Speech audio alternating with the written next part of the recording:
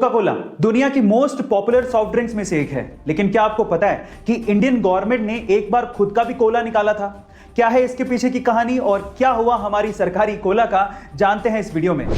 अब इस सरकारी कोला के इतिहास को समझने के लिए मैं आपको इतिहास के पन्नों में थोड़ा सा पीछे लेके चलता हूं। ये बात है 1975 की, जब इंदिरा गांधी इंडिया की प्राइम मिनिस्टर थी।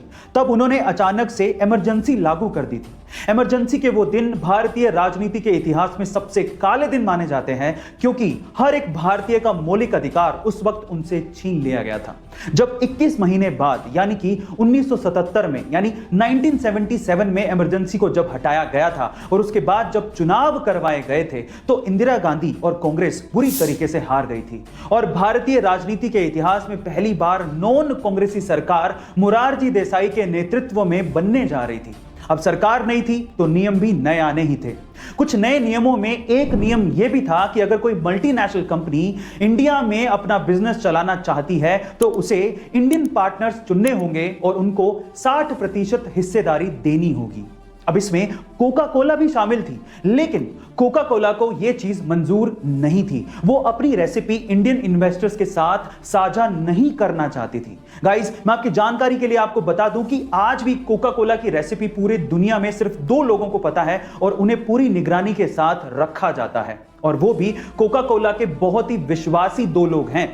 लेकिन तब कोका कोला को यह मंजूर नहीं था और इसीलिए उन्होंने इंडिया में अपने ऑपरेशंस को बंद कर दिया था।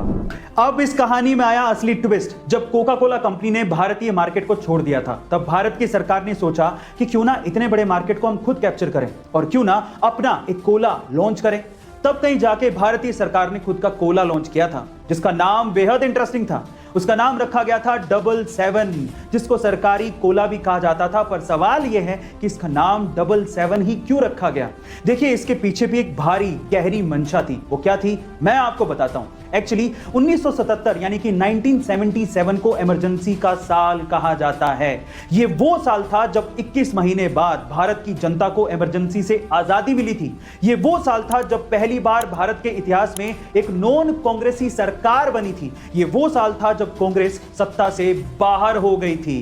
गाइस, तब की तत्कालीन सरकार ये चाहती थी 1977 को 777 के तौर पर हमेशा याद रखें और कांग्रेस को हमेशा सत्ता से बाहर रखें। इसी वजह से इसका नाम 777 रखा गया था। और मजे की बात यह है कि इस ड्रिंक की मैन्युफैक्चरिंग भी government owned company modern food industry ही करती थी।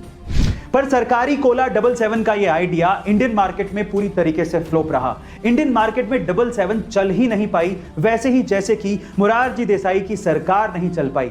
1979 में उनकी सरकार गिर गई और मोरारजी देसाई ने इस्तीफा दे दिया। 1980 के चुनाव जीतकर इंदिरा गांधी फिर से भारत की प्रधानमंत्री बन गई और उसके बाद आते ही उन्होंने सबसे पहले 777 कोला की मैन्युफैक्चरिंग को पूरी तरीके से बंद किया, क्योंकि उन्हें वो 1977 की हार की याद दिलाता था। Now moral of the story, 1977 की वो इमरजेंसी एक काला अध्याय था और जनता ने इसके लिए कांग्रेस को सबक भी सिखाया था। लेकिन उसी त्रासदी को अपनी ढाल बना के किसी कोल्ड ड्रिंक का नाम रख देना, यह भी शायद जनता को पसंद नहीं आया और इसका खामियाजा कहीं ना कहीं दूसरी सरकार को भी भुगतना पड़ा था। इसलिए कहते हैं अपनी सोच सही रखना बेहद जरूरी है, और इस पे यह कहावत बिल्कुल सटीक बैठती है। अच्छी सोच लिए परिंदा आसमान तक जाता है, सोच डुबाई अगर तो सीधा औंधे मुंह जमीन पर आता है। इसलिए अपनी सोच को ठीक रखिए और आगे बढ़ते रहिए। ये वीडियो आपको कैसा लगा बताइएगा जरूर। मिलते हैं।